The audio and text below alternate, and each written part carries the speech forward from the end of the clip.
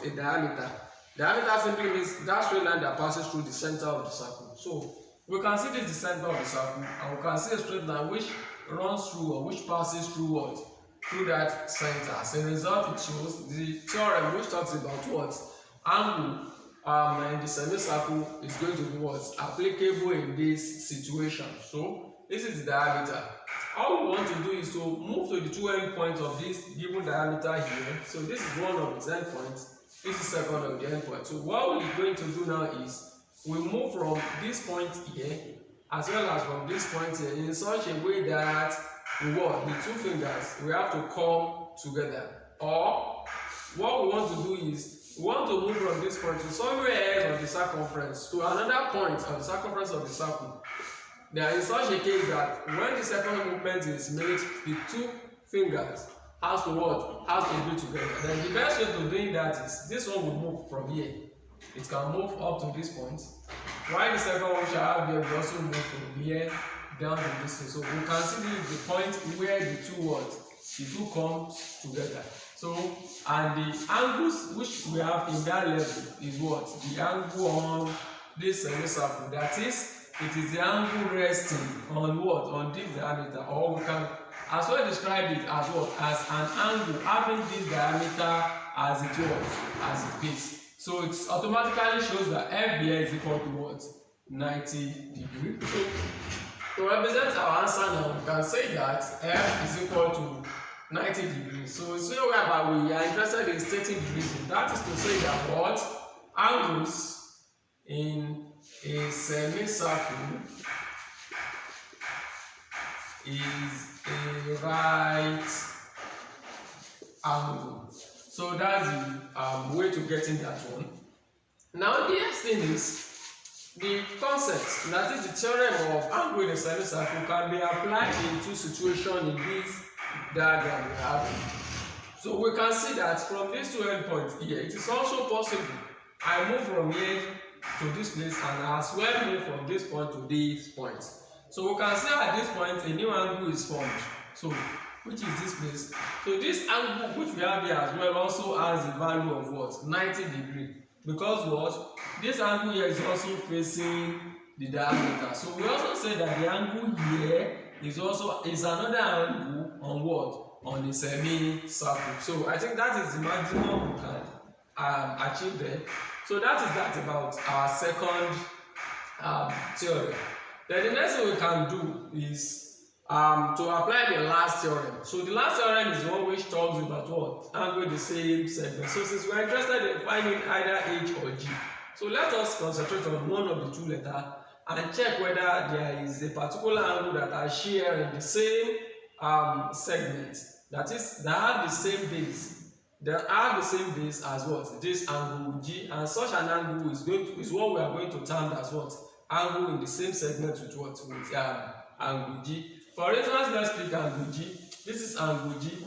We formed angle G when this line and this line comes together. So G is formed in this place. So which means to get the chord or the base of this angle means I will have to trace this line I will have to trace this line to this place. Also for the other line, I will have to trace this one from here down to this place. So we can see that when this one is traced, so we are going to stop here.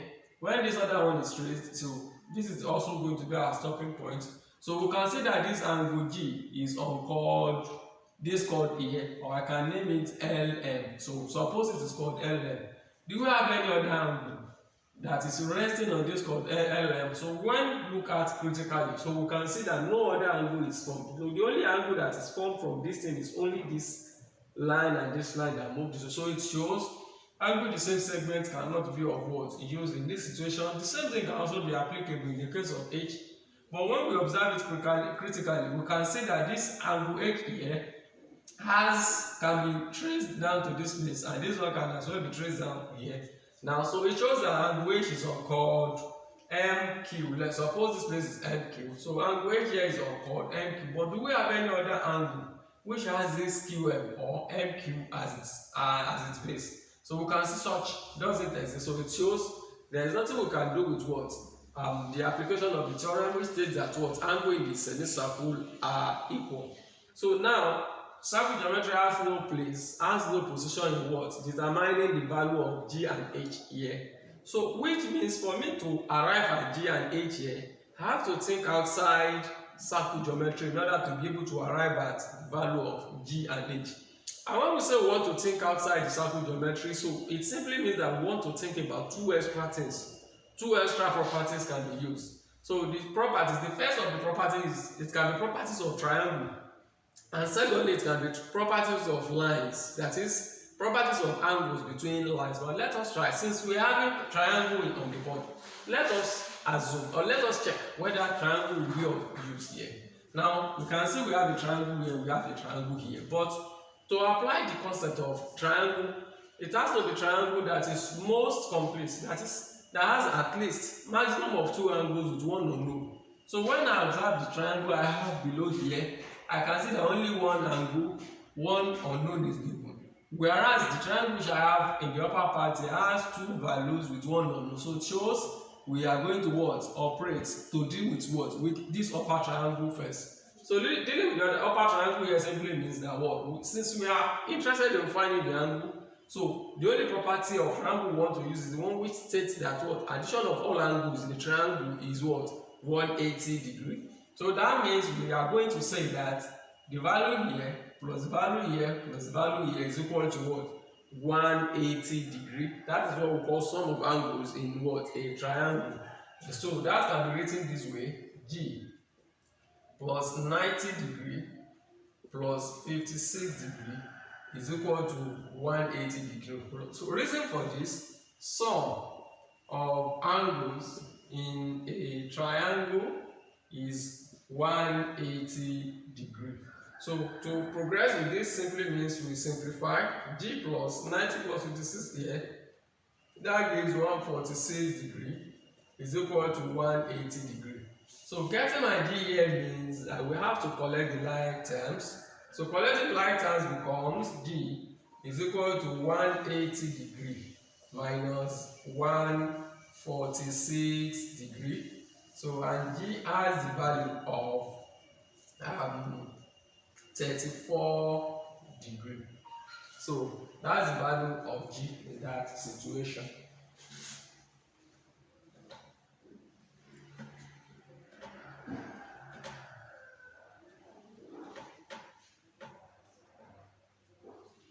Now, lastly is for us to be, okay, now the value is 34 degrees, so I can position my value here, that is 34 degrees. Now the next thing is I can move down to the other triangle which I have below. But when we observe this thing very well, you can see I said the other time that applying the concept of triangle to finding H is not possible in this case. Or because in order to apply the concept of triangle, once the triangle is not an equilateral triangle or an isosceles triangle, then what we have to do is what? It is compulsory to find an angle here. So it's only when we know two angles that the concept of triangle, which states that what sum of angles in a triangle is 180, can be used. So in order for me to use this thing, I have to check this diagram very well. There is one other thing which we are asked to use, which we are here to apply. So and that is this symbol here. So this symbol is simply a sign of parallelism. So what this thing is communicating here is that what? This line upon which we have this mark and the line upon which this mark is are both parallel. So now we know that this line is parallel to this line. So whenever we have set of parallel line, three properties of use. So the first one is we can think of corresponding angle, we can think of interior opposite angle, as well as what? The alternate angle. But I would prefer using the alternate angle in this case. Now, using alternate angle involves ensuring we are able to form letter N or letter Z from what? From the diagram which we have here. And the essence of this is that what? The angle part, the angular part of this thing or the angular part of this thing, depending on which of the two letters we are able to form with the diagram we have here. So the angular part of the two will be equal. So whatever we have is what will fit here, and whatever we have is what will as well what fits here. So this process of saying that this place is equal to this place is what we refer to as what? alternate angle, and alternate angle are always equal mathematically. Now one other caution in this case is the upper part of our diagram and the lower part, or the upper part and the lower part here, must be the side that has the symbol which shows parallelism. Now when we look at the diagram, which we are solving very well, so we can see that we'll be able to do what? To form this one rather than this one, because I can draw my Z this way. It can be like this, like this, like this. So it shows the Z I will draw is something like this, like this, like this. So which means the angle which we have here is going to be the same thing as the angle there. Now let's see. This one, this one, this one. So it shows whatever angle we have here is also what we are going to put here. So it shows that what this place is 34 degrees. And reason for this is what? This angle is alternate to what? This angle G. Now it's possible to apply the concept of what? Triangle. So remember triangle for finding angle. So whenever we are interested in finding angles in triangle, so we must ensure we know maximally two angles. So once two angles is not known and the triangle given to us is scalar, then it's compulsory we just must what? We just must have two angles. Now that we have two angles, we can now simply apply the properties of triangle, which states that what? Addition of all angles in triangle is what? 180 degrees. So which becomes h plus this number here, 90 degrees, plus the number which I have here, 34 degrees here, is equal to 180 degrees. So as a result of those space, then I may not be able to do what? To put the reason, but the reason simply means that what? Summation of all angles in triangle is what? 180 degrees. So when we progress with this, we are going to say that h, addition of these two gives 124 degrees is equal to 180 degrees. So to get in h here means we have to collect like term as well. So that becomes 180 degrees minus 124 degrees. And h in this case gives the value of what? 56 degrees. And this also completes the solution to the second question.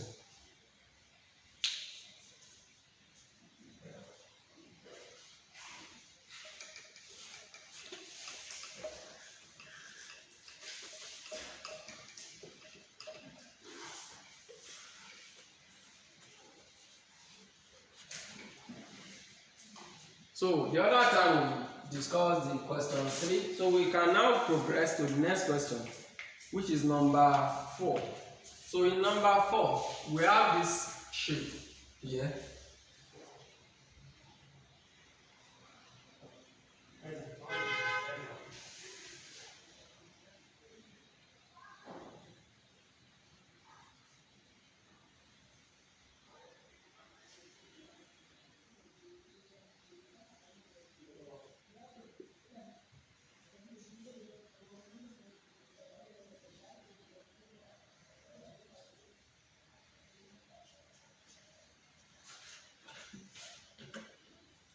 Now, in this case, we are asked to find two values, that is P and Q. Solving this thing involves thinking of which of the three theorems is going to be what? Useful. Now, the first thing is to think of the one which states that angle at the center is twice the angle at the circumference. But for that one to be useful, the angle must first of all be formed at the center. For